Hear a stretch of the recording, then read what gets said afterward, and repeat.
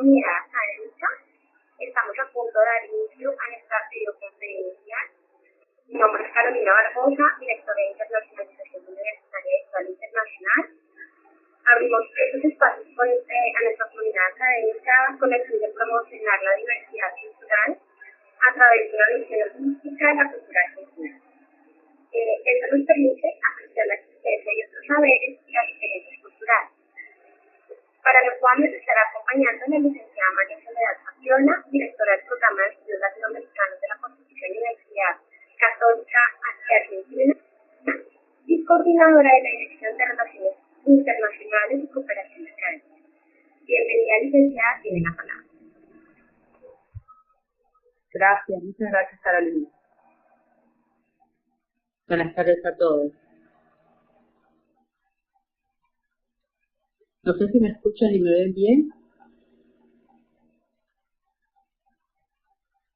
Bueno, en el caso de no estar aquí me avisan. Perfecto, excelente. Bueno, primero que nada, agradecerles el tiempo que vamos a compartir.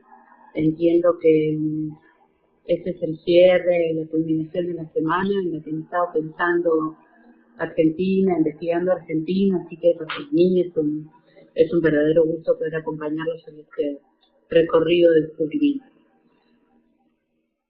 Antes que nada, simplemente, contarles, al menos de manera anecdótica, que es mi primera vez con un entorno de aprendizaje virtual en este espacio de Blackboard Collaborate, así que por favor tenganme muchísimo paciencia si ven que cometo algunas sorpresas con la herramienta.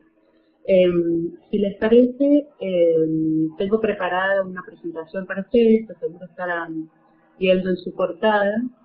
La idea es comentar un poco diferentes aspectos que constituyen lo que vamos a llamar la cultura argentina, y lo que vamos a hacer es una aproximación a una comprensión, más que la cultura, a las herramientas, para que cada uno de ustedes después pueda hacer ese recorrido también de manera personal.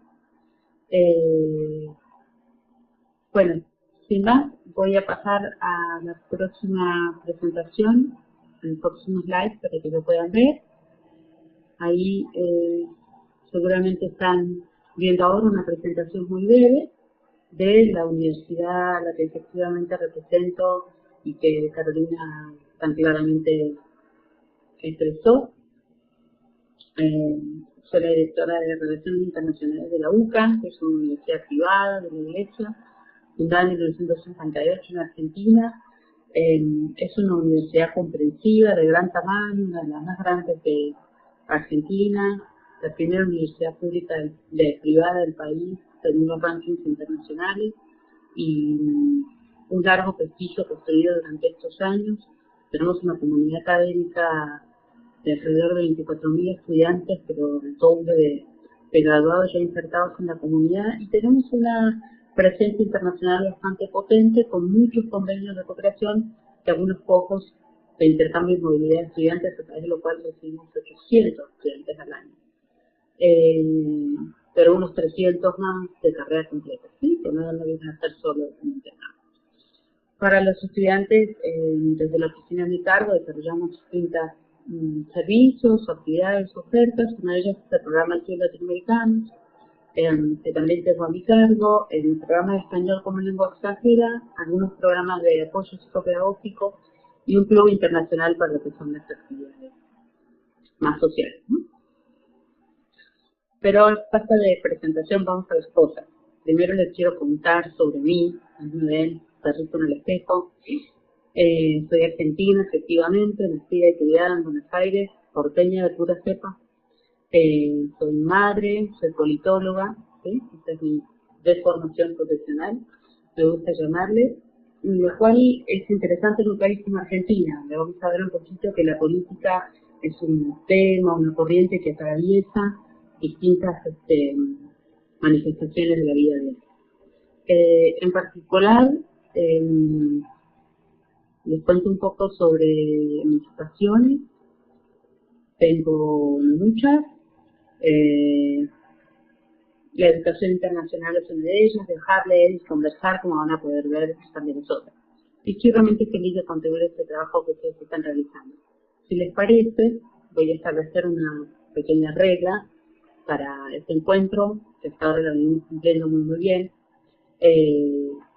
Yo voy haciendo la presentación. Si ustedes tienen preguntas, está el chat abierto, pueden o bien hacerlo ahí o bien poner la manito, que con mucho gusto voy a aceptar, digamos, las consultas que resultan pertinentes en el momento. Tengo algunos momentos pensados de interacciones con ustedes durante la presentación y siempre al final vamos a tener un espacio abierto para compartir comentarios sobre. Bueno, vamos entonces a las cosas. Primero, antes que nada, cuando uno quiere hacer una aproximación cultural, tiene que tomar una definición de cultura. No es tan simple definirla, pero a mí me gusta usar esta imagen, que muchas veces se utiliza para describir esta complejidad o de capas o profundidad que tiene la cultura, ¿no? La construcción cultural, como una suerte de iceberg, donde una parte está por sobre la línea de flotación, por sobre el agua, y es lo que uno más fácilmente ve. Sin embargo, la parte más gruesa, más grande, más rica, más profunda, está por debajo de la línea del agua. Es decir, no se puede aprender simplemente con los sentidos o aproximándose a ellos. Hay que buscar algunos caminos para bucear en esta concepción más complicada, ¿no? Lo importante entonces es quedarnos con esta idea de que hay algo más superficial que podemos percibir a simple vista y toda una construcción que subyace que no puede apreciarse sin nada. Esta cultura como un todo, este iceberg, ¿no es cierto?, que expresa a un grupo humano determinado, es una construcción, no es monolítica, no es un sistema único, monolítico, digamos que está como impregnado en el ADN. Es una construcción compartida y es dinámica también porque va cambiando a lo largo del tiempo y con las interacciones mismas de los individuos que la expresan. ¿Sí? Esta cultura o esta construcción compartida, de acuerdo, digamos, entre un grupo, se expresa de diferente manera en individuos concretos, digamos, con distinta intensidad, con distintas combinaciones, pero no es en ningún caso ni puede percibirse como determinante o como si fuera un instinto que viene inscrito, digamos, si uno no tiene más remedio que expresarlo sin más. ¿Sí? Esto no es inevitable, no determina, pero sin duda condiciona, alimenta, aquello que luego uno construye a partir de la individualidad, ¿no? Podemos decir así que si bien podemos identificar una u otra cultura y aislar los elementos que la componen, digamos, estará estructurado siempre en individuos. Y por eso hay todo ese margen para la diversidad aún dentro de la cultura. Este es como un juego, no sé si tienen presente estas las mamushkas, que son estas muñecas rusas, ¿cierto? Que está una entre otra, entre otra. Entonces, un juego de influencias donde uno dice, bueno, ¿cuál es el que cambia o determina lo que somos, o cómo hacemos o cómo pensamos? Perfecto. Bueno, básicamente, con que podamos mantener este slide, gracias Daniel y Sergio, todos que me están confirmando que me escuchan. Simplemente esa actividad para poder continuar avanzando, me gustaría que fijemos, que sostengamos este concepto o esta idea o esta representación de la cultura como un iceberg, ¿sí? Sobre el agua, aquello que podamos ver, oír, tocar, aquello que se traduce, que se transmite de manera oral, verbal, sí, es un conocimiento objetivo y se puede aprender de manera consciente y explícita. Por debajo de la línea del agua van a estar entonces los valores, las creencias, las estructuras de pensamiento, los mitos, que son implícitos, a veces inconscientes, muy difíciles de cambiar, y que son compartidos por quienes son, digamos, pertenecen a esta cultura. Todo este bagaje, todo este acervo lo expresa cada individuo, combinando con su carácter, con su historia personal y lo demás, pero lo que me interesa también que marquemos es que la palabra diversidad o diversidad cultural que estaba en el título de esta presentación es un concepto que se puede situar, digamos, en un determinado contexto cultural y para nosotros no implica solamente, digamos, esto de que pueda haber distintas formas de expresar una cultura. Diversidad cultural en la Argentina es un término que está aplicado de una manera muy políticamente correcta, para designar el respeto a los pueblos originarios simplemente. Por eso este es un punto que quiero aclararles, porque yo no voy a estar hablando en este sentido restrictivo de diversidad, sino en un sentido más amplio posible. Bueno, vamos un poquito hacia adelante, entonces, ya cargando sobre nuestra construcción esta idea del iceberg. ¿Por qué es entonces importante hacer todo este esfuerzo de reconocer este sistema semiótico, este sistema de signos, bucearlo, mirar aquellas cosas que están por debajo de la superficie, tomarnos toda esta dificultad? Hay una muy linda frase de Marcel Proust, un escritor francés, que es una frase más larga, pero yo voy a parafrasear. Descubrimiento no es solo recorrer paisajes nuevos, sino especialmente mirar con ojos nuevos. ¿Sí? Esto es aquello a lo que apunta el ejercicio de acercarse a otra cultura. ¿Por qué hacer este esfuerzo? Ahí les puse una cita de Ralph Stockman, que es un escritor norteamericano. Dice básicamente que nuestro crecimiento no depende tanto en las experiencias que devoramos, sino en cuántas de esas podemos efectivamente digerir. Es decir, incorporar o nutrirnos. ¿Sí? El mundo está sin duda hiperconectado, podemos estar globalizados, podemos alcanzar, enterarnos de lo que sucede en una punta o en la otra, o podemos hacer este maravilloso ejercicio de estar tantos reunidos en un aula o en un espacio virtual. Lo que sí es cierto también es que cuanto más conectados, cuanto más somos, cuanto más personalismo limitado se hace, más conflictos surgen y más dramáticos son los conflictos entre los espacios culturales o entre los individuos humanos. Esto es un dato, no es una apreciación, y a partir de ahí, sin duda surge esta idea o este concepto de un profesional de clase mundial, un profesional global, que sea capaz de navegar esos conflictos y de interpretar y de trabajar aún a pesar de contar con distintos entornos culturales intermezclados. Esto, que es lo que se llama en el campo la competencia intercultural, es algo que en una encuesta de una de las encuestadoras del nivel de universidades más importante del mundo, QS, indicaron en 2011, en una encuesta que hicieron a 10.000 CEOs de distintas empresas a nivel mundial, el 60% de los CEOs valoran la competencia intercultural de los jóvenes profesionales, valoran las experiencias internacionales. 30% lo consideran que es un requisito para el reclutamiento de jóvenes profesionales. Y el 58% mencionó que el haber tenido una experiencia intercultural y desarrollar ciertas competencias le redundan en una mejor performance en el trabajo. ¿Sí?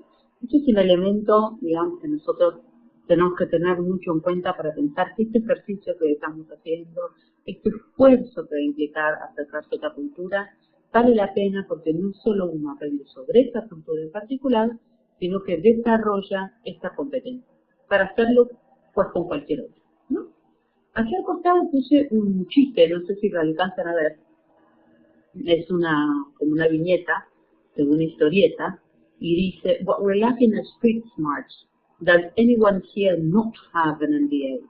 Quiere decir, lo que nos falta, le dice como el gerente de la empresa a su grupo de colaboradores, lo que nos falta es gente con calle, o sea, de los que entienden la vida allá afuera, ¿sí? ¿Acaso alguno de ustedes no tiene un MBA? ¿Sí? Esto es un chiste por el absurdo, pero obviamente nos marca una tendencia de decir, bueno, los títulos de grado están muy bien, la formación sistemática está muy bien, pero el profesional para ser de clase global lo que necesita es tener un plus. Este plus es este skill del que estamos hablando. Me gustaría poder escuchar a alguno de ustedes o que me escriban alguna palabrita en el chat. Vamos a tomar unas 5 o 8 respuestas porque si no vamos a enloquecer. A ver qué les parece a ustedes en 2 palabras que es competencia intercultural para poder compartir.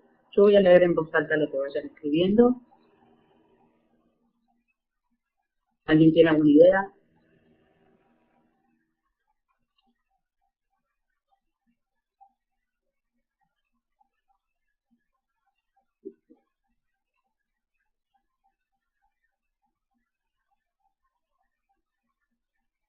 Perfecto. Catalina, por ejemplo, nos dice que es inicie a respetar otras culturas, conocer.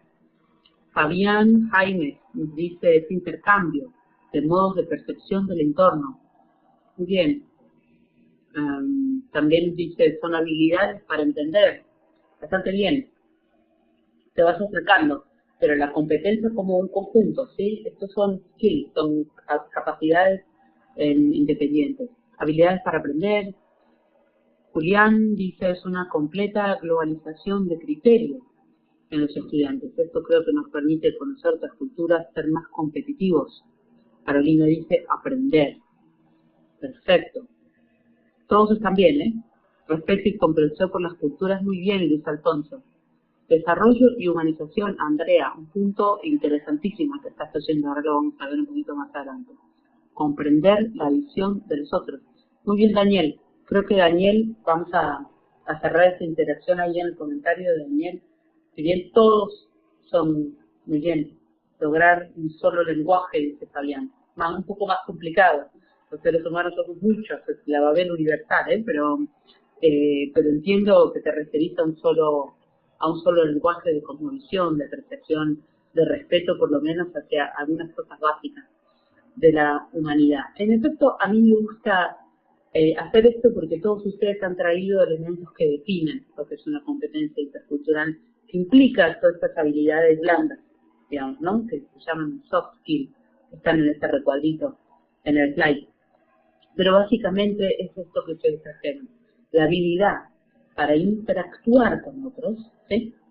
Y poder comprender por un lado, o al menos hacer el intento de comprender, y aceptar también su perspectiva, la del otro, ¿sí?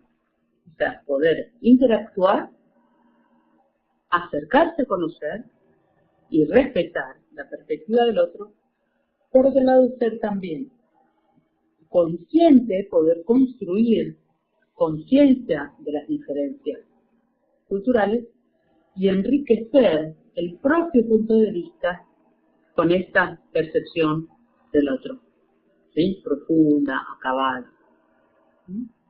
Esta competencia implica el desarrollo más o menos consciente, más o menos sistemático de estas habilidades blandas que están ahí. Esta posibilidad de adaptarse a entornos cambiantes, esta posibilidad de empatizar, de ponerse en el lugar del otro, de saber acercarme y aprender, incorporar, tener una actitud de aprendizaje, poder innovar, poder cambiar a partir de ese aprendizaje, poder conducirme y mis culturas a un conocimiento más profundo de mí mismo, porque muchos de los estudiantes que se van de intercambio generalmente cuando regresan me dicen, ¿qué tal te fue allá lejos, a 13.000 kilómetros? Bueno, pues me fui hasta allá para encontrarme a mí mismo. Muchas veces Este diálogo intercultural es un camino de autoconocimiento o de reconocimiento. Pero especialmente comunicar, saber y poder comunicar este valor, esta habilidad, esta competencia. Saber decir, poder expresar, esto es un valor. Las empresas requieren profesionales jóvenes con esta competencia. Si ustedes la tienen interés, tienen inquietud, que están desarrollando, ven que van logrando esta capacidad de empatía, que aprenden más rápido, que innovan, que cambian, bueno, pues es importante que lo puedan expresar como un valor, porque eso se convierte en un valor extrínseco, ¿sí? Al margen del valor que tiene en sí mismo. Ahora sabemos cuál es el desafío, cuál es la altura de lo que tenemos que lograr y por qué es importante hacerlo. Que no es menos. Pero la siguiente pregunta sería, bueno, ¿cómo? ¿Cómo logro? ¿Cómo empiezo? ¿Por dónde comienzo? Para que este acercamiento sea profundo, ¿sí? A nivel de debajo de la tierra. Acá puse otro chiste otra vez, a mí me gustan mucho estos chistes, discúlpenme, pero me parece que expresan todo un mensaje, digamos, en solo una imagen. Es un diálogo, ¿no? Que podemos imaginar un señor, un turista, por ejemplo, que llega a Bogotá. ¿Ustedes están en Bogotá la mayoría? No, por todo Colombia. Bueno, imaginemos que llega a Bogotá y pregunta, bueno, a ver, cómo ir a Sodolor. Bueno, entonces se le pregunta a un policía y el policía comienza a darle explicaciones. ¿Sí? Esto le debe haber pasado alguna vez en la vida. Entonces comienza a dar explicaciones, sonriente y muy seguro, hace gestos con las manos y construye un recorrido imaginario y que va como asintiendo, como diciendo sí, está bien, está correcto, y hace toda una concepción imaginaria de una explicación sobre el recorrido. En su mente, este recorrido está muy claro, como lo expresa el dibujo, pero muy probablemente quien recibe esta información no logre construir la misma imagen clara, concisa, concreta. ¿Qué pasa acá? El policía sabe de lo que está hablando y puede reproducir la imagen del recorrido porque lo ha hecho, porque estuvo ahí antes, porque conoce y reconoce cada semáforo, cada esquina, cada rotonda. Sabe qué aspecto tiene el barrio de la Candelaria o el Museo del Oro y va a saber si se está acercando o no cuando esté haciendo el proceso. El pobre turista, el recién llegado, no comparte todos estos contenidos subyacentes, esas cosas que no se están expresando. Simplemente estoy indicando qué camino de cuadra y va a haber un semáforo. Pero no me dice cómo es el semáforo, cómo es esa esquina, qué otras cosas hay. No, hay un montón de contenidos que no están compartidos. Por eso, acercarse a mirar es una cosa, acercarse a hablar es otra cosa, recibir información es otra cosa, pero no necesariamente todas estas, solas o juntas, son suficientes para lograr este aprendizaje cultural realmente internalizado, ¿sí? Realmente que se transforma en competencia, lo que hablábamos recién, ¿sí? Poder compartir esos contenidos que no están en el lenguaje es lo necesario para poder hacer este clic, ¿sí? Este poder engancharme al otro y poder asomarme al interior de ese iceberg. Para lograrlo hay que correr velos, ¿sí? Límites, cuestiones que no nos dejan ver. En el caso del iceberg está muy claro, la barrera es el agua, ¿no? Si uno quiere ver para abajo se va a tener que poner un snorkel, ¿no? Bueno, aquí también en la cultura hay algunos velos, hay algunos límites de acceso. ¿A alguien se le ocurre qué puede ser? ¿Una o dos respuestas?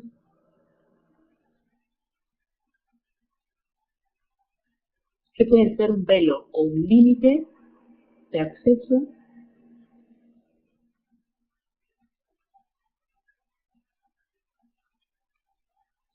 Bueno, muy bien, Natalia. Sí, el lenguaje sin duda.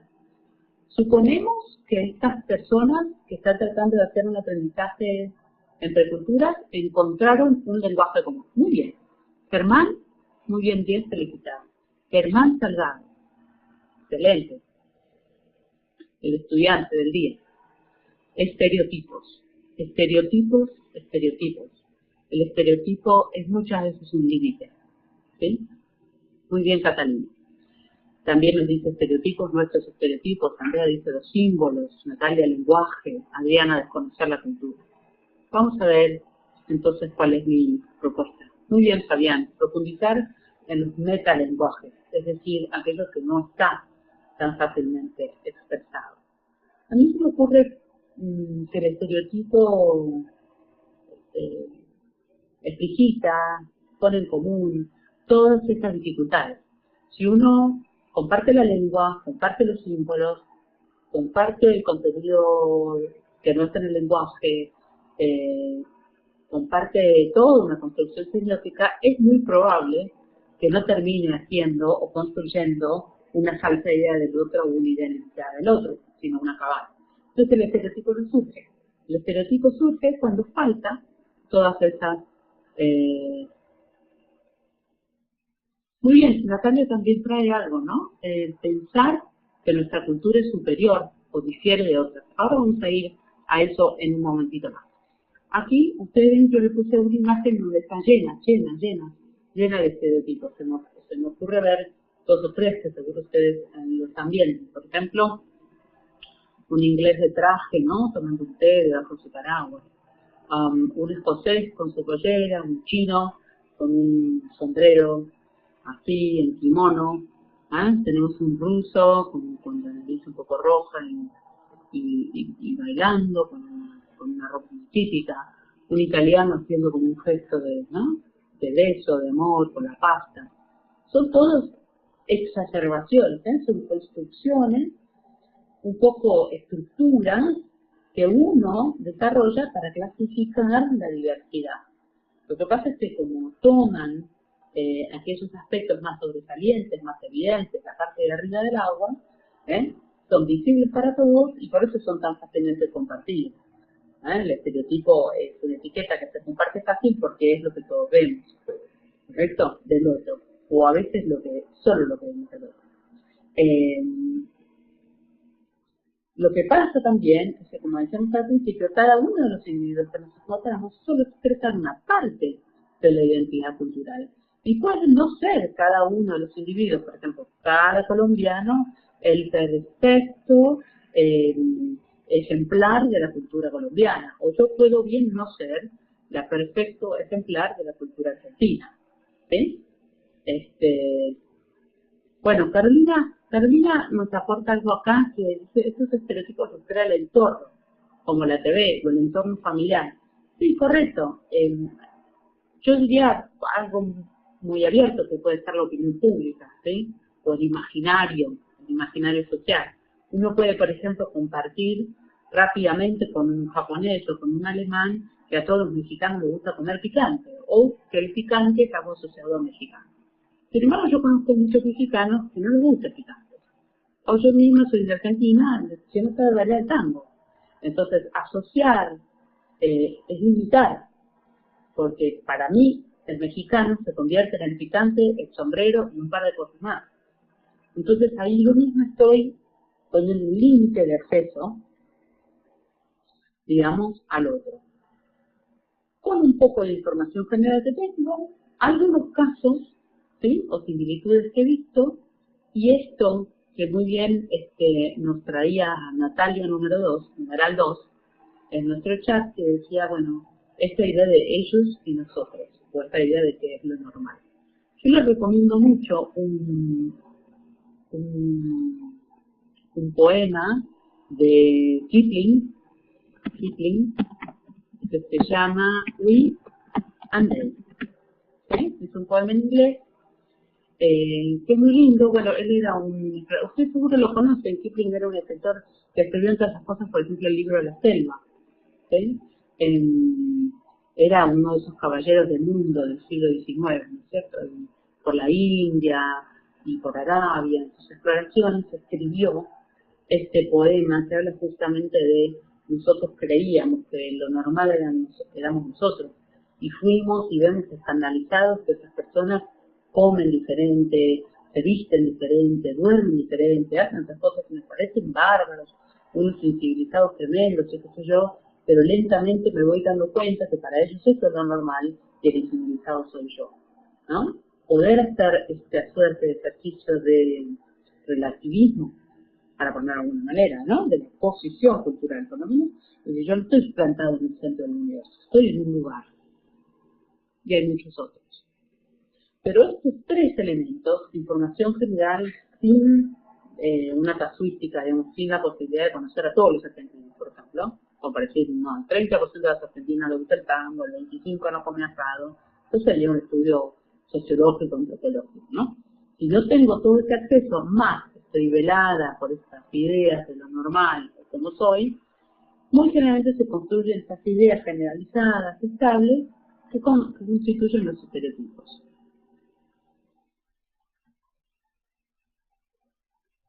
Luis Alfonso trae una pregunta. Ahora la voy a retomar después más tarde, Luis Alfonso, si te parece. La voy a escribir por si avanza el chat. Luis Alfonso nos dijo cómo analizar, por ejemplo, la proximidad, supongo que quisiste escribir, en diferentes contextos, por ejemplo, el Canadá o el espacio vital. Espacio vital. Ahora volvemos a ver. Bueno, vamos a hacer un ejercicio. Láncenme, por favor, algún estereotipo de los argentinos, sin pensar mucho. Miren, para hablar y pensar de estereotipos hay que tener muchísimo sentido del humor. Así que yo tengo mucho, realmente me gusta explicar todo con chistes, así que lancen, sin ninguna posibilidad de ofender a nadie, porque lo que estamos tratando de ver es, bueno, qué ideas generalizadas o estables se ha construido sobre eso. Carolina, muy bien. Nos lanzó que a los argentinos les gusta el fútbol. Perfecto. Eso es un estereotipo. Muy bien. Todos quisiéramos ser medio Messi. Son los europeos de Sudamérica, dice Catalina. Los europeos. Correcto, muy bien. Todos parecen europeos. Eso es cierto. Pero ahí no hay tantos estereotipos como algún dato. A lo mejor han visto 3, 4, 5, los 5 argentinos que conocen, o 20, 40, tienen un aspecto más europeo y ese puede ser una casuística, ¿no? Autoestima, bien, Adriana, autoestima muy elevada. Luis Alfonso con el ego, muy bien. Muy bien. El tango, el ego. Leonardo escribió largo, dice, hay muchas ideas de dominio popular acerca del estereotipo de un argentino, pero personas que no están estudiando en Argentina me desmintieron todo lo conocido. Dice que realmente no son tan creídos como se dice, por ejemplo. Muy bien, Leonardo, porque trajiste el estereotipo y la vuelta del estereotipo, ¿eh? Muy bien. Los mejores asados, dice Julián, se ve que ha venido por acá y ha comido un poco. Uno de los moderadores, y mi cerebro es de un solo, así que si leo no puedo hablar al mismo tiempo. Excelentes vinos, lo dice Jeffy, me parece que el ego es un arquetipo que algunos notan, no todos son iguales.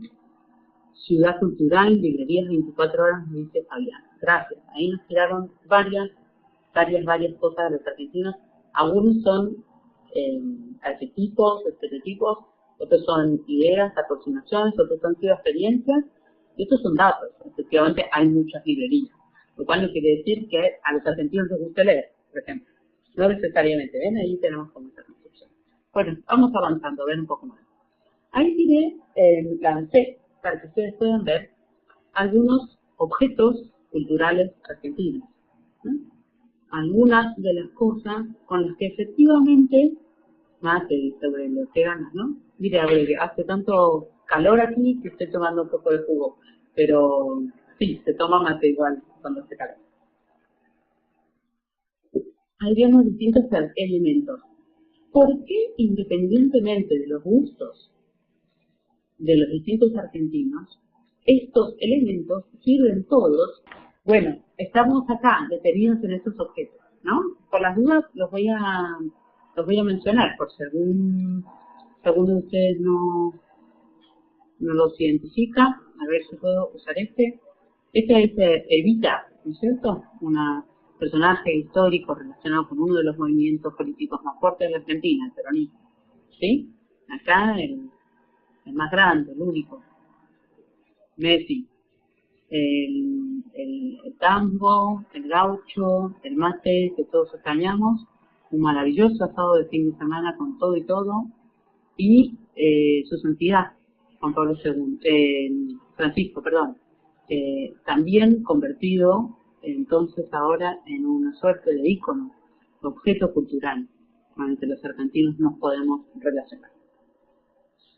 ¿Por qué traigo esto? Y digo, bueno, hemos tirado estereotipos de los argentinos y hemos explorado objetos culturales de los argentinos. Ahora esto no me alcanza para entender cómo es un argentino y lo más importante, por qué un argentino es como es. Me pueden ayudar a entender, me pueden acercar, me pueden aproximar a el obelisco, gracias, a una idea de lo que a los argentinos les gusta o les interesa. No te revisar si esto está grabando. No sé. Sí, estamos grabando. Bueno, pero también, y hay que tener mucho cuidado, estos objetos culturales pueden funcionar como un estereotipo y nos pueden limitar el acceso a lo real otra vez. Si nosotros pensamos, por ejemplo, que porque el Papa es argentino, todos los argentinos son católicos, o todos los argentinos son peronistas, vamos a estar cayendo otra vez en generalizaciones, en estructuras que no nos conducen a ningún lado. Es decir, cualquier aproximación a través de objetos culturales, de información que yo pueda hacer, me acerca a usar el anteojo del otro, ¿sí? Para poder mirar como él ve. Pero no cualquier cosa me explica realmente todas las capas de la cultura del otro. Vamos a avanzar. Tirando un poco entonces sobre el agua, es decir, desde arriba, de esta parte del iceberg, nosotros podemos ver, conocer, entender e incorporar los hábitos alimenticios, los gestos, los rituales, los estilos, las costumbres, la lengua, el aspecto, ¿sí? Los monumentos, los objetos culturales. Podemos mirar todos estos elementos, incorporarlos y comprenderlos. Y los podemos relacionar entre sí a través de, por ejemplo, información, guías, mapas, paisajes, fotos, relatos, Google, ¿no? Una herramienta fabulosa a nuestra disposición, Internet, comidas, asado, empanada, vino, mate, hecho el pan, que tenemos los argentinos, la media luna, los que han estado por acá. Esta misma actividad que estamos haciendo, esto que estamos compartiendo hoy, puede estar luego también a disposición de otros estudiantes que se pueden acercar a este tema a través de lo que nosotros hacemos hoy. La música, el baile, que puede ser urbano, puede ser folclórico, podemos mirar el ritmo, el tono, si es melancólico, las letras, ¿sí? Podemos ir acercándonos. Las pasiones, por ejemplo, el fútbol, el tango, otras cosas. Los personajes, aquellos que este grupo de argentinos han identificado como un notable, como un representante, o los mediáticos, ¿no? Los que se hacen notar más, los que hacen más ruido. Todos estos son elementos, muchos, que están sobre el agua, ¿sí? Si pensamos todo el tiempo en nuestro iceberg del principio. Todo eso lo podemos ver con simplemente acercarnos al argentino o preguntar por un argentino, ¿sí? O googlear argentinos. Vale aclarar que yo soy una convencida de que la cultura no se aprende por Google. Por eso estamos haciendo nosotros todo este gran esfuerzo. Uno se puede acercar. Pero no hay una materia que se llame aprendiendo la cultura. Es un ejercicio que hay que hacer, hay que disponerse. Y una vez que uno lo hizo 1, 2, 3, 5 veces, la sexta, la séptima, es cada vez más fácil. Acá me perdí. Gracias, Catalina, que confirma, asienten sobre esto que estoy diciendo. Y Jesús me dice, es que la aceptación de la diversidad es lo fundamental. Las generalizaciones, impiden en estos casos la comprensión, correcto.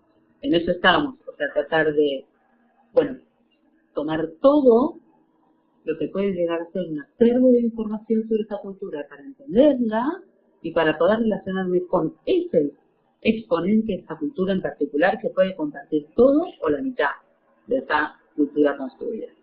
¿Sí? Siempre falta alguna cosa después de que nosotros hacemos todo este recorrido. Muy bien ahí, Miller, Garzón, uno, se anticipó y le dijo, lo mejor es la interacción con la sociedad argentina. Correcto, eso es lo que traía, ¿no? Siempre falta algo. Nosotros podemos mirar por arriba del iceberg, pero nos falta experimentar en primera persona. Ir, sentir, oler, tocar, esto que está siempre en la primera parte, en la parte de arriba del iceberg, pero en primera persona. Interesarse sobre todas las cosas por sus por qué. ¿Por qué comen esto? ¿De dónde viene esta letra de tango? O sea, no solo escuchar el tango, entender la letra de tango, sino tratar de ponerme en el zapato, detrás del anteojo, de este argentino que está. Vamos a ver un poco entonces ahora una parte un poquito más llana que voy rápido, porque tiene como muchísima información así dura, ¿sí? Son datos, pero por ahí es interesante para acercarse a ir entendiendo algunos de estos porqués. Yo supongo que esta semana, si ustedes estuvieron pensando en Argentina, deben haber visto algunos de estos elementos o compartido algunos de estos puntos, y esta información que seguramente circula, esta es información que se recopila fácilmente por internet, pero bueno, la puse simplemente en una cimera, ¿no? Como 3 elementos o miradas que podemos hacer desde la historia, la sociedad y la economía. Pensar Argentina como una colonia española, ¿sí? De ahí quedó la religión católica como la principal, que es sostenida por nuestro país, y el 90% de la población está menos bautizada, es protestante. Nuestro país tiene una organización en forma de república, con 23 provincias, es una república federal, ¿sí? Tenemos ahora un sistema democrático de gobierno. Oye, ahí me faltó una I, porque en el siglo XX puse interrupción democrática. Varias veces el siglo XX ha sido un siglo muy complejo para los argentinos, en el que hemos tenido, seguramente ustedes han explorado este tema, distintos gobiernos militares, interrupciones de los gobiernos democráticos, y en una época, incluso en los 70, que fue muy violenta, de guerrillas y de enfrentamientos armados. Y después puse dentro de historia el peronismo, que es una corriente, es un movimiento, es un partido político, es casi un sistema político, es una forma de gobierno, que desde los años 40 está presente en cada expresión política de los argentinos. No se puede entender la historia de la República Argentina sin tener al menos estos 4 elementos y el peronismo presente como un actor que juega y pesa, ¿no? Ahí sobre la derecha ustedes van a ver una columna donde tienen distintas informaciones duras, son 42 millones, en 2.7 millones de kilómetros cuadrados. Tenemos un PBI de $11.600 per cápita, lo que es una cuarta parte de un país europeo, por ejemplo, de Francia. Pero tenemos un nivel de deuda que está al 50% del PBI, lo cual es un endeudamiento altísimo a un país en desarrollo como nuestro. En lo que hace a la producción y lo demás, el agro, la ganadería, la minería y la biodiversidad, serían los 4 elementos que están más relacionados con la tierra, que es la producción y el servicio. Y tenemos además las reservas de agua y gas, a una de las más grandes del mundo, y de gas shale, la más grande fuera del Medio Oriente, ¿no? En el mundo. En cuanto a la inmigración, o a la sociedad, perdón, uno de los primeros puntos que hay que tener en cuenta para pensar un argentino o la sociedad argentina es efectivamente las corrientes migratorias que se desarrollaron en el siglo XIX y hasta principios del XX, estimulado por el gobierno, ¿sí? Tuvimos una generación que pensó a la República, que era un espacio vacío, rico en recursos y en el fin del mundo, que imaginó un país poblado de europeos. Entonces, se promovió activamente desde el Estado argentino la construcción de una sociedad con alto porcentaje de europeos. El 86% de la población argentina es descendiente efectivo de europeos en tercera generación. A partir de esta inmigración que zanjó, definió de una manera muy, muy tajante cuál es el aspecto y la forma de interacción y de organización del espacio que iba a tener esta sociedad, se fue configurando una clase media muy activa, una clase media que demandaba servicios, que demandaba educación, y el 98% del país está alfabetizado. Ahora está por encima del promedio mundial, que es del 97 y pico. Es decir, es un índice de alfabetización muy, muy grande. Y la sociedad está acostumbrada, está hecha a la idea de que el Estado es un espacio, es una situación de bienestar, brinda una situación de bienestar y tiene un compromiso de bienestar con los ciudadanos de bien, ¿no es cierto? Que pagamos los impuestos que por lo demás son muy altos. Tenemos ya me estoy pasando a la parte de abajo, pero la economía argentina tiene el índice o la carga impositiva más alta de América Latina y una de las más altas de los países en desarrollo. Nos acercamos a lo que son tasas de tipo sueca. Aproximadamente 47% de los ingresos son retenidos por el Estado como impuestos. Este bienestar, que les estaba diciendo, está asociado a los servicios públicos, sobre todo, y a un Estado que, sobre todo a partir del peronismo, se ha mantenido siempre muy, muy presente, muy vigente, comprometido con educación, salud, seguridad de tipo gratuito y gratis, en las ideas.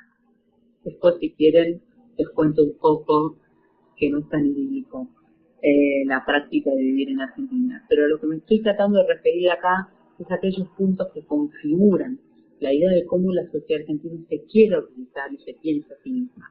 Esto es lo que tenemos que mirar para poder hundirnos un poquito más en otras capas, ¿sí?, de nuestro iceberg.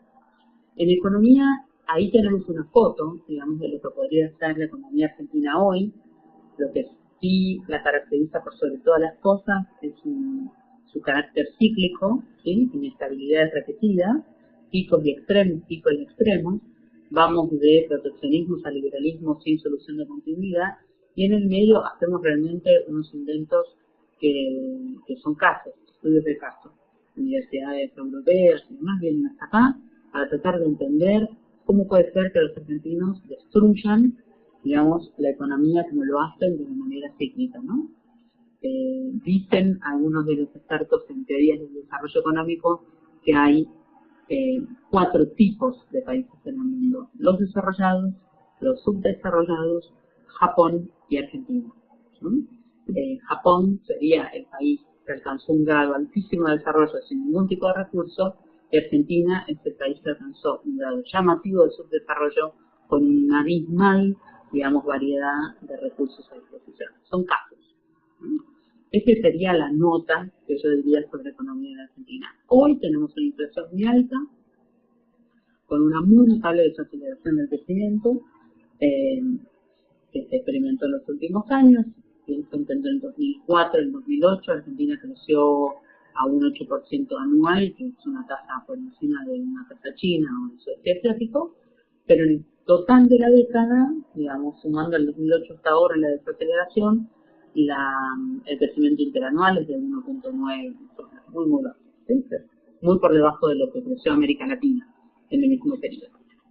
En este momento tenemos, bueno, esas cifras de pobreza y desempleo que son altísimas, son inexplicables para países como el nuestro, que en esta década en América Latina han dado también, pero sobre todo hay que mencionar que son datos no oficiales, digamos que el gobierno retoca un poquito los números de las estadísticas oficiales, y es muy difícil tener una medición objetiva y a ciencia cierta de cuáles son estos índices. Argentina tiene, además, el récord histórico de todos los países del mundo en la cantidad de crisis y en la cantidad de picos hiperinflacionarios. Y además es un caso de declinación muy llamativo cuando pensamos que Argentina era la séptima economía mundial a principios del siglo XX. ¿Sí? Hace 100 años, Argentina era, Buenos Aires era la París de Sudamérica, teníamos trenes, teníamos subtes, teníamos subterráneos, una infraestructura de punta, y en los últimos 100 años hemos logrado algo inexplicable, que es una declinación sistemática en todos los niveles. Esto pretende ser una foto desapasionada con Argentina, con algún dolor, les tengo que explicar estas cuestiones, pero para tratar de mirar un poquito, bueno, aunque sea de manera muy rápida esta tarde, algunos elementos por donde comenzar, algunas puntas por las que ustedes pueden comenzar a explorar algunos de los porqués. Vamos a avanzar. ¿Tienen alguna duda hasta ahí? De lo que venía mencionando sobre Argentina. Perfecto, gracias a ustedes. No, señor. Muy bien. Acá marqué algunas asimetrías, ¿sí? Asimetrías, diferencias dramáticas, más estructurales que se puedan encontrar. Esta es una foto que para mí tiene una elocuencia muy potente, ¿sí? Y bastante triste. Es una foto de un contraste, ¿no? Es una foto de el barrio del Socorro, en la zona del Retiro, cerca de Recoleta, en la ciudad de Buenos Aires. Estos son todos edificios de oficinas, digamos, pertenecen a distintas corporaciones, todas oficinas, seguramente realizan en su interior operaciones, digamos, interesantísimas, monetarias y financieras, y justo enfrente tenemos todo este asentamiento, que ustedes saben que en Argentina lo llamamos villa, o barrios de emergencia. Esta es la Villa 31, es la villa más antigua de la ciudad de Buenos Aires, y lo que clama al cielo, digamos, aquello que realmente resulta muy, muy chocante, es que esta villa ha duplicado al menos su tamaño en los últimos 10 años. Por eso traigo ahí abajo una cita de nuestra presidenta Cristina Fernández de Kirchner. Ustedes saben que ella está en su segundo mandato, y es además la esposa del presidente anterior, Néstor Kirchner, fallecido, configurándose una cuasi burla, ¿sí?, a los procedimientos republicanos, y vamos ya por el 11º año de régimen kirchnerista. Ella menciona esta cita: hemos tenido en los últimos 10 años el mayor crecimiento sostenido en toda la historia argentina. Profesora, me desconecté, qué pena, te preguntó. Me dice Fabián. Fabián, pero ahora estás conectado, te veo, así que si querés hacer alguna pregunta o comentario, podés hacerlo por ahí y te retomo enseguida. Bueno, acá hay una contradicción, acá hay una simetría. Esto es algo que claramente grita contradicción, ¿no es cierto? Y sin embargo los argentinos podemos vivir con esto. Esto nos habla de los argentinos, nos habla de la capacidad de vivir con contradicciones, con grietas, con diferencias, con distancias, y no enloquecer aun cuando vemos que la realidad y lo que leemos, que la realidad y los índices, que lo que chequeamos cada día cuando salimos a la calle y lo que leemos en el diario nos incide. ¿Sí? Esto es un elemento que configura en la conciencia y en la forma de ser argentina. ¿Sí? Acá marqué sobre la derecha de la filmina algunas 5 elementos que me resultan a mí muy llamativos como estructuras ya enquilosadas, digamos, de la organización de esta sociedad, donde les conté que somos 23 provincias, 5 de las 23 producen 2/3 del Producto Bruto Interno del país. Es decir, 5 de 23, imagínense que ustedes son una familia muy numerosa donde hay 23 personas que comen, se visten, reciben educación, se trasladan y todo lo demás, y son solo 5 las personas que traen 2/3 de los ingresos que llegan a esta casa.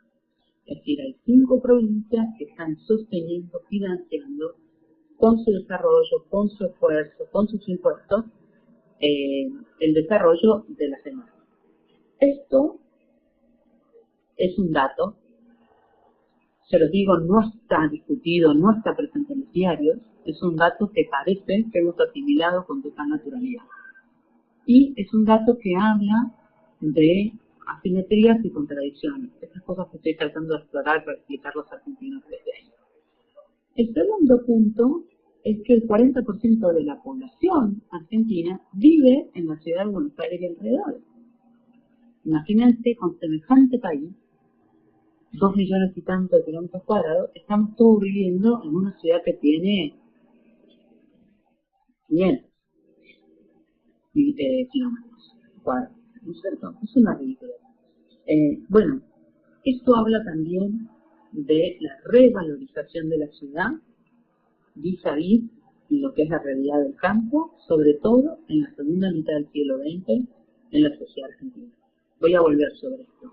Pero esto es una contradicción, porque vimos en la actividad anterior que uno de los más grandes elementos que sostienen la actividad económica es la actividad del campo, ¿no? De madera y de agrícola.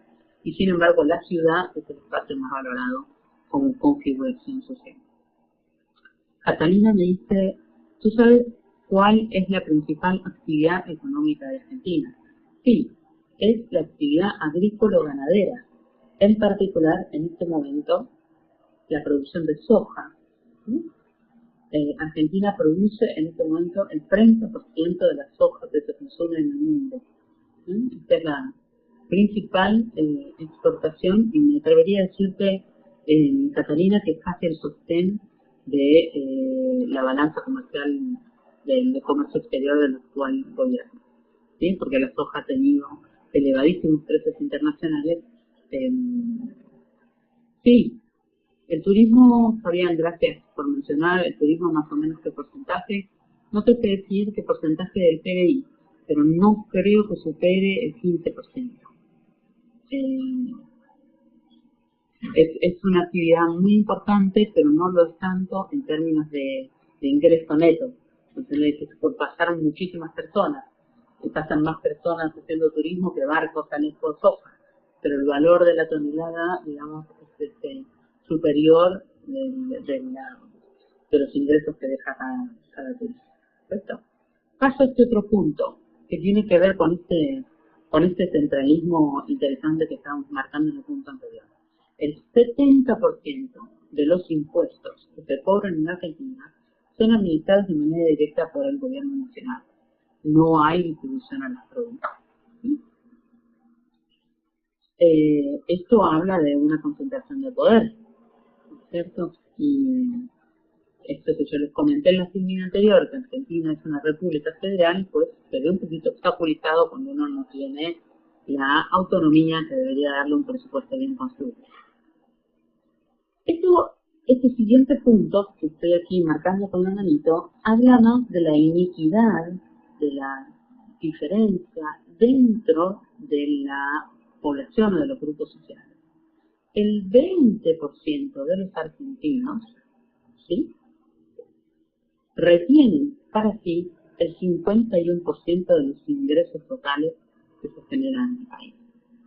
Es decir, hay una riqueza concentrada en un grupo pequeño, digamos, y un grupo muchísimo más grande que no participa, digamos, de esa distribución. Esta es una simetría estructural porque es una realidad persistente de falta de distribución que se da aún a pesar de haber tenido una década de crecimiento económico. No hay distribución, es decir, no hay disminución de la pobreza aún en un entorno de crecimiento sostenible. Esto es sumamente llamativo, ¿no?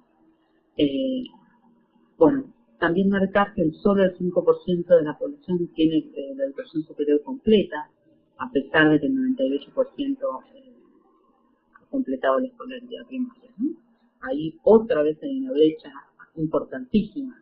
¿Qué están haciendo, digamos, tantos jóvenes argentinos que tienen la oportunidad de estudiar en la universidad gratis y no lo están haciendo? Hay un elemento muy complicado, una moda, un grupo social que es muy preocupante, que se llaman ni, que ni trabajan ni estudian, ¿sí? Son jóvenes que están un poco, digamos, perdidos en el sentido, y está muy difícil lograr una inserción en el mercado laboral y pensar un proyecto de futuro, ¿no? Pero no me quiero ir de tema, pero ese es también un elemento que mirar eventualmente sobre Argentina. Adriana pregunta, ¿a qué se debe la valoración de la ciudad por encima del campo? Que el campo es el que ofrece la mayor parte de los ingresos que recibe el país. Ya te lo voy a contestar, Adriana, enseguida en esta filmina que viene, ¿no? ¿Por qué la ciudad sobre el campo? Esto tiene una raíz histórica, te diría yo, y además hay un elemento de bienestar, de mejor nivel de vida, ¿no? Entonces, esas simetrías estructurales, me dice Fabián, ¿cómo es la relación entre el gobierno nacional y el gobierno central de Buenos Aires y la provincia? Bueno, el gobierno nacional es el gobierno central, ¿no? El gobierno nacional es el gobierno federal. Buenos Aires es una ciudad autónoma, o sea, tiene el mismo rango constitucional que una provincia, y la provincia de Buenos Aires, que es generalmente una confusión que se genera, es una provincia dentro de cuyo territorio está la ciudad de Buenos Aires. La relación en este momento es muy complicada entre todos los actores políticos del país, porque el año que viene tenemos elecciones, en octubre de 2015, ¿sí? Y hay una carrera presidencial en el que tanto el alcalde de la ciudad autónoma de Buenos Aires como el actual gobernador de la provincia de Buenos Aires están compitiendo para ser el próximo presidente, ¿no?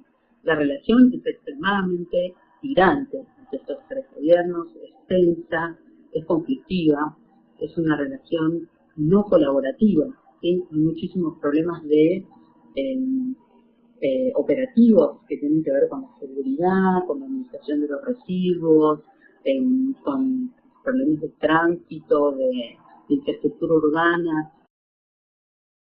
Es decir, problemas claros de gestión gubernamental que podrían resolverse con mucha facilidad si pudiera haber algún espacio de cooperación entre estas tres instancias de gobierno.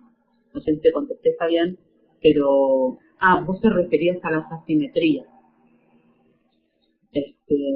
Bueno, acá se da un poco lo mismo. La provincia de Buenos Aires es una de las provincias más grandes, tanto en ingresos como en población, y le corresponderían muchísimos recursos por coparticipación, es decir, el gobierno nacional debería girarle de manera automática muchos más recursos de los que le generan. Entonces ahí el gobernador es una suerte de rehén, digamos, del presidente. Es una situación muy compleja. Aquí, finalmente, antes de pasar a la siguiente filmina, les puse una idea de lo que sufre el argentino promedio cuando básicamente, sobre todo este último año, viene siendo la línea de los salarios y esta es la línea de los precios. Entonces, cuando uno tiene una inflación alta con caída de la actividad, básicamente esta es la diferencia, que está cada vez más grande entre lo que acá está graficado como la canasta de los alimentos, ¿no? El nivel de vida, el costo de vida, y lo demás se está disparando, y para los argentinos nos está resultando cada vez más difícil o más costoso poder mantener el nivel de vida que habitualmente tenemos, ¿sí? Avanzo hacia la próxima filmina teniendo en cuenta que tengo dos preguntas pendientes de respuesta. Uno era Alonso, creo que era Luis, que me preguntaba sobre el espacio vital, lo tengo en mente, y Adriana, que me preguntó sobre esto del campo y la ciudad. Aquí traje una filmina en la que hago una suerte de resumen de lo que son estas dicotomías de los argentinos. Sobre esta filmina sola podemos estudiar 1 año y medio y hacer una tesis doctoral. porque hay ejes de contradicciones y podemos seguir encontrando más. Contrastes y divisiones. Estos ejes por los cuales pasa esta confrontación que parece ser un elemento casi natural a la configuración de la sociedad argentina. No hay un argentino sin el otro lado de frente. Digamos. No hay, sí, muy similares, Fabián Jaime comenta muy similares a nosotros. Mira, bueno, la próxima yo seré entonces participante espero, de alguna charla en la que pueda también entender un poquito más en profundidad las comunidades. Pero hay esto, ¿no? Bueno, es interesante esto que vos traes también, porque quizás hay algún elemento común que tenemos, hay alguna raíz común, hay algún elemento latinoamericano que está jugando para que todos quedemos atrapados en estas contradicciones. Acá hay un dibujo que a mí me resulta muy elocuente también, ¿no? Una suerte de grieta atravesando la Argentina. Por un lado, un martillo, el que contribuye, el que pica, el que sigue cavando. Y por otro, el que quiere unir solo con una aguja e hilo, ¿no? Estas contradicciones tan profundas, tan arraigadas, tan viscerales, es muy difícil que pueda una simplemente con alguna cordialidad tratar de unir. Gracias, Carolina, me invita entonces a Colombia, gracias. Bueno, aquí voy a poder responder esta contradicción, este choque entre campo y ciudad, ¿no es cierto?, que lo tengo en segundo lugar. Primero puse este capital interior. Capital interior es un debate que viene desde la configuración del Estado argentino. Sí, desde allá, desde los 1800 y pocos, 1830, 1850, todas las guerras de configuración, guerras internas, civiles, de configuración del Estado, en donde ya se notaba que Buenos Aires, con su puerto, como un centro económico, cultural, iba a imponer su voluntad sobre el resto de la Argentina, variada, valiosa, profunda, productiva. Y esta es una dicotomía que hemos visto que continúa, ¿cierto? La capital, Buenos Aires, el interior. Acá se habla del interior, se habla de la gente que es del interior. Incluso muchos de las chistes, bromas y demás que se hace sobre los argentinos, en la mayoría de los casos es sobre los porteños, y sobre los de Buenos Aires, los del puerto. Toda esta cosa de arrogancia, soberbia, de ego, la París de Sudamérica, todas estas cosas, ¿no? Los europeos tiene más que ver con la capital que con el interior. Natalia preguntó cómo es la relación entre el argentino y el extranjero, ahora lo traigo argentino y extranjero. Enseguida lo traigo. Pero tenemos ahí esa primera dicotomía. La segunda sería la dicotomía entre el campo y la ciudad. Hay una doble forma de verlo según donde uno se pare. Voy ahora, Adriana, a lo que era tu pregunta. Si uno se para en el campo, siempre la ciudad son los coquetos, los veleristas, los que no hacen nada, los que no se ensucian, los de cuello blanco, los que no están al sol, los que no producen en realidad nada cíclico, ¿sí? Y están los bancos, los usureros, los financistas, los propietarios. El campo es el trabajador, el sacrificado, el gaucho, el paisano, el colono, ¿sí? El que está en contacto con la tierra y produce real valor. Del otro lado puede ser al revés, ¿no? En la ciudad a veces se refiere al campo como ese lugar lánguido, de menos esfuerzo, donde muchas veces el gaucho está asociado a la vagancia, ¿sí? A la falta de formalidad, a tirarse chonta, como decimos acá. ¿Cierto? Después esta figura del paisano, que es el inmigrante que se va al campo para desarrollar la agricultura, ya es otra figura diferente, culturalmente configurada con mucha ética del trabajo mucho más fuerte, ¿no?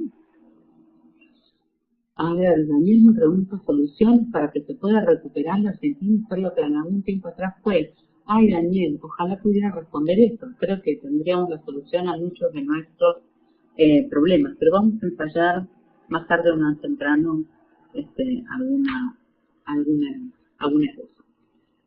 Bueno, esta sería la dicotomía, ¿no? El campo profundo es el que produce más valor, la ciudad es donde de alguna manera se disfruta, ¿no?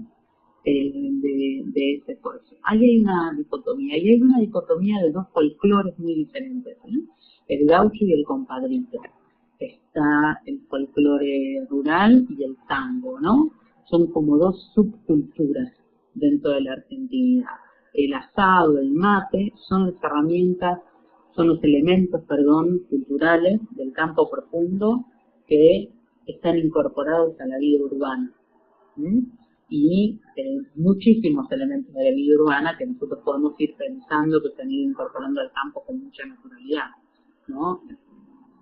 Espacio, qué sé yo, la electricidad y demás cuestiones que no estaban en la configuración del gaucho tradicional. Ahí tenemos esta... Ah, mira, qué interesante. Acá Fabián le pone una lista de lo que serían contrastes y divisiones también entre los colombianos. Capital, con diferentes estratos, campo y ciudad, crítica, tolerancia, derecha, izquierda, Mille, Santa Fe, urbanistas, santistas. Muy bien. Bueno, aquí esta cosa, ¿no? Pasando al tercer punto, el argentino que es profundamente autocrítico de sí mismo, de este país, no se puede vivir así, lo político, la corrupción, la pobreza, el fútbol, todos son ministros de Economía, todos son directores técnicos de la selección, todos tienen la solución para todos los problemas, y Daniel, si te subís a cualquier taxi en Buenos Aires, probablemente el conductor de cada taxi tenga una teoría sobre cuál es la forma para solucionar el futuro de la Argentina. Es decir, somos muy autocríticos y hablamos mucho de nosotros mismos todo el tiempo.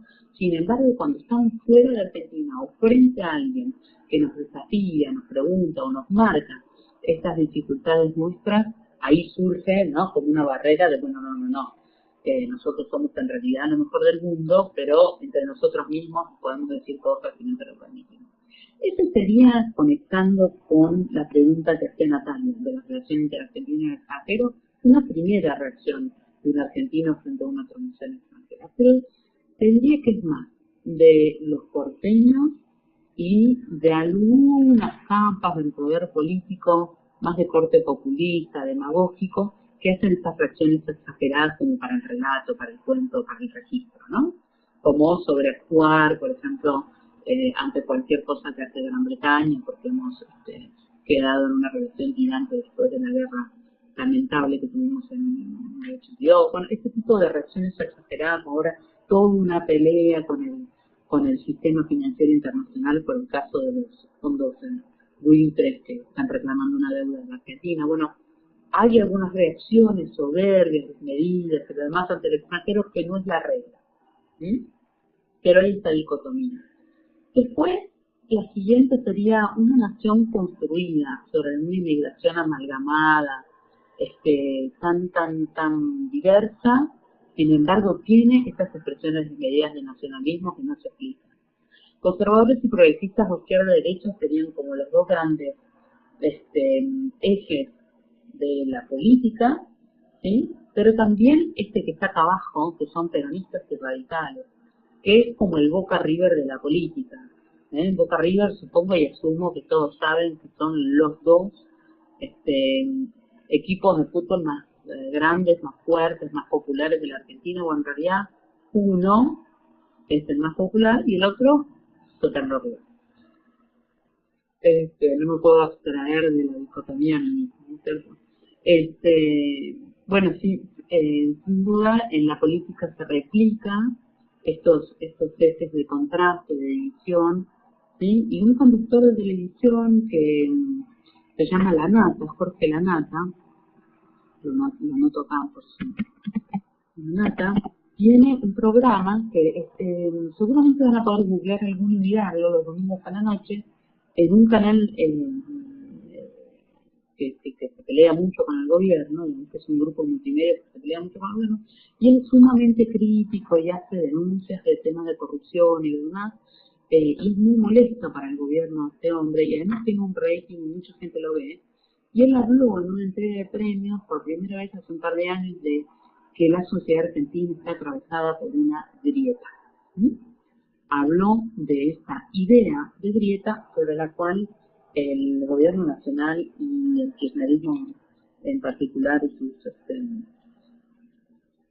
y sus partidarios hacen generalmente una burla, como si no hay tal grieta, ¿no? Yo diría que la grieta política está muy clara y muy viva ahora, pero también hay otras, en otros planos, atravesadas un poquito por esto que vemos. Sí, Fabián, toca enfrentarlo con algún partido de fútbol para quitarle rating. Exacto, es algo que hacen generalmente o ha hecho el gobierno últimamente con el programa de este periodista La Nata los domingos a la noche, poniendo el fútbol, que es el único otro espectáculo televisivo que puede igualar el nivel de popularidad. Así que imagínense, en un país archifutbolero como es Argentina, tener que ponerle el fútbol para competir con un periodista que hace periodismo de investigación es ridículo, pero evidentemente está surtiendo algún efecto. Y hoy a la noche, de hecho, también se juega el superclásico, entre estos dos equipos, casi una guerra civil. Bueno, paso a la filmina siguiente para tratar de encontrar entonces aquellas señales en las conductas que nos pueden hablar de estos elementos que están del lado de abajo del agua de nuestro iceberg. Aquí aparece esto que el compañero de ustedes mencionaba sobre el espacio vital, cómo se analiza, ¿no? El espacio que la gente... Vamos, River, muy bien. Vamos, Fabián, gracias. Viva River. Ve el iceberg en la parte más dura del hielo que está por debajo del agua, podemos encontrar estos elementos. Si nosotros logramos, Roger, ¿qué pasa? Levanta la mano, no sé qué quiere decir esto. Sí, Roger. Bueno, me parece un signo de no sé qué significa. Bueno, si nosotros pudiéramos darle una respuesta cabal a cómo son estos elementos en una determinada cultura, entenderíamos a cabalidad. ¿Sí?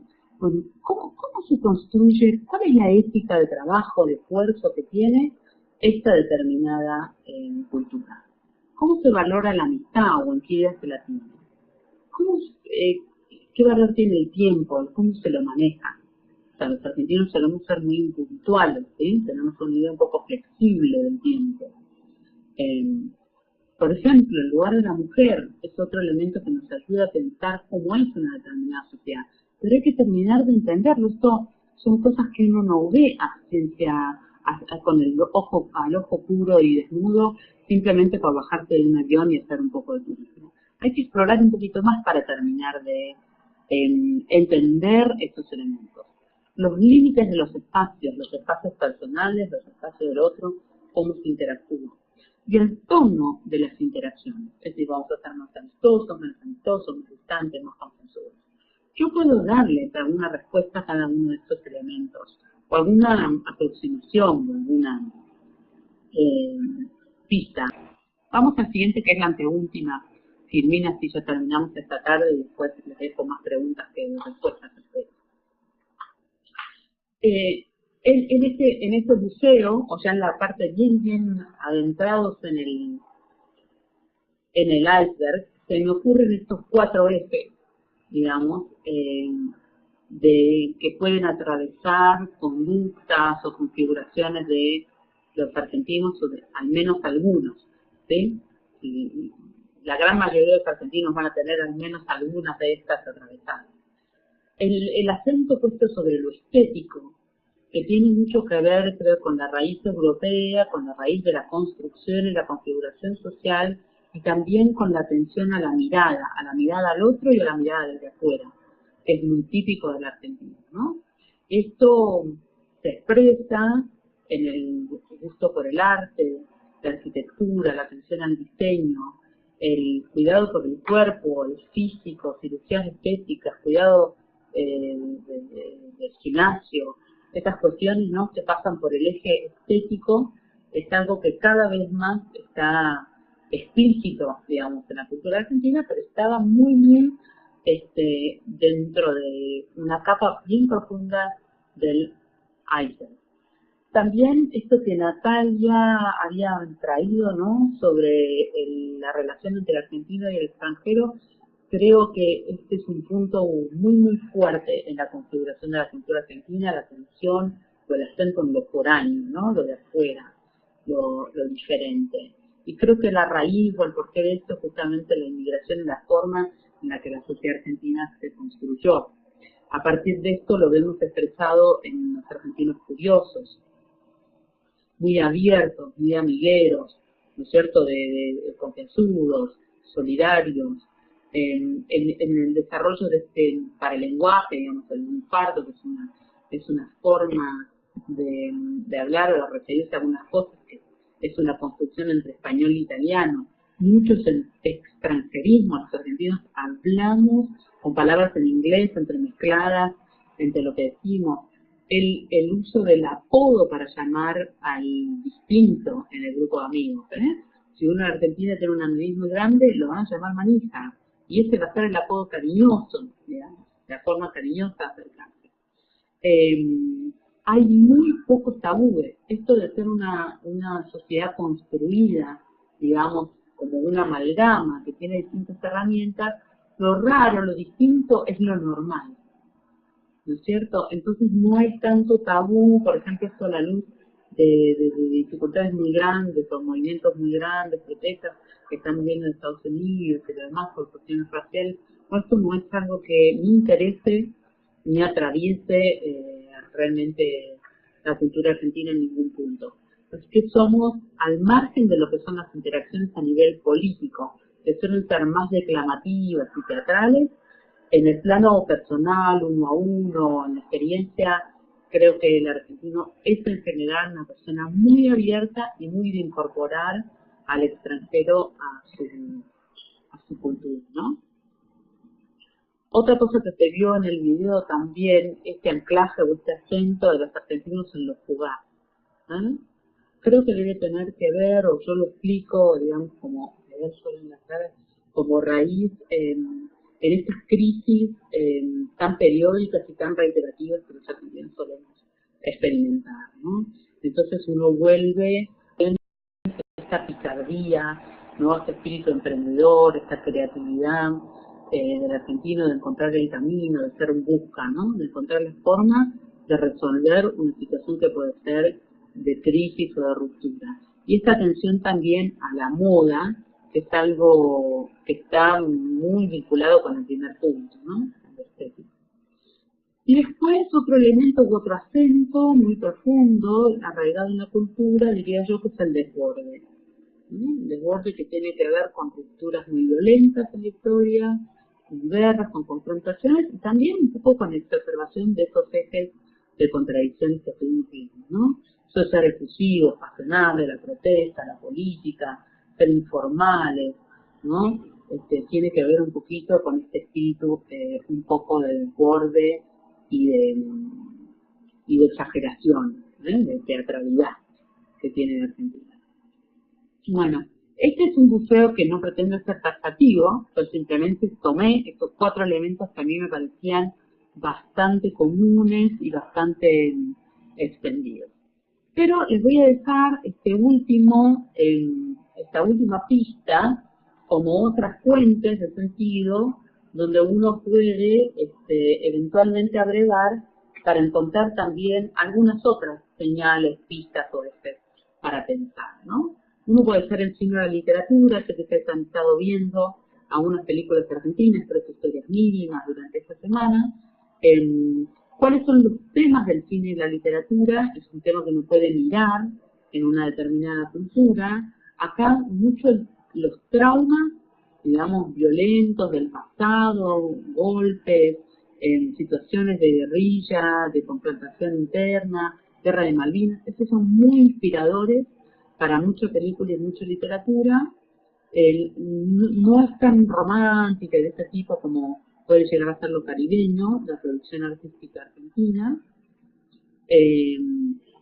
y hay mucho de costumbrismo, ¿sí? O sea, de historias mínimas, justamente, de ir a la historia del pueblo, de la cosa, una historia concreta de una persona que sufre. Si ustedes ven los Oscars, 2 Oscars han ganado históricamente películas argentinas, los 2 han sido relacionados a la época más violenta, digamos, más difícil de la historia argentina del siglo XX, que era el proceso militar, ¿no? Tanto La historia oficial como El secreto de sus ojos son 2 películas que les recomiendo mucho que vean, porque ayudan a ver estas cuestiones que están por debajo, ¿no? los diarios, mirar los diarios, que lo pueden hacer por internet, incluso ahora que es tan sencillo hacerlo, esto ayuda a ir configurando por lo menos cuáles son los temas que están en la cabeza de los argentinos hoy por hoy y en la opinión pública, que no es lo mismo porque hay diarios oficiales, contra, de los dos lados de la grieta, ¿no? Así que yo diría que los casos de corrupción que tocan tanto el vicepresidente de la Nación que está procesado por casos de corrupción, como de la mismísima presidenta y su familia que en estos días está siendo investigada por un juez, y el juez está sufriendo el contraataque oficial, le está siendo sometido a juicio político por mal desempeño, por investigar la corrupción de la presidenta por lavado de dinero. Está casos tremendamente escandalosos de corrupción al más alto nivel público, con lo que los argentinos nos levantamos y nos acostamos sin que a nadie se le derrumbe ninguna estantería, ¿no? Eso es mucho más. Bueno, la agenda de las elecciones del año 2015, el impuesto a las ganancias y la carga impositiva ahora, el tema del dólar, que siempre está como en el tope de la agenda argentina, y sobre todo a futuro el tema de la energía, las reservas de gas, petróleo y cómo se va a aprovisionar la energía eléctrica. Por último, les quiero dejar el humor como un espacio donde uno puede encontrar muchas pistas y señales, ¿no? El humor es un espacio a través del cual se expresa lo más tradicional, lo más rebelde, lo más ácido, también los elementos más modernos, la nueva agenda, ¿sí? El lunfardo. Bueno, ahí les puse abajo algunos de los dibujantes, sobre todo estoy pensando en el cómic, ¿no? O en la historieta, que es más fácil de compartir con ustedes ahora. Pero también hay otros tipos de humoristas, o el grupo Lelutier, que también es interesante para explorar, que se los anoto acá. Así que para terminar, les dejé a continuación una selección de historietas de estos dibujantes en los que vamos a poder ver algunos de los elementos de la cultura que compartíamos, ¿no? Esta primera es Mafalda famosa, del dibujante Quino, ¿sí? Que acá mezcla varios de los elementos del humor negro, la autocrítica, el humor ácido, la protesta, ¿no? Y con esta moda de los argentinos de hablar en Spanglish. Hace sobre todo humor político, ¿no? Muy ácido. Este es un dibujante más moderno, se llama Paz, aparece en algunos diarios. También hace humor muy político. Este es Caloi, este personaje se llama Clemente, que es un personaje, el dibujante ya murió, no se ha renovado, pero está muy asociado a los valores más populares, ¿no? Habla el lunfardo, se expresa mal.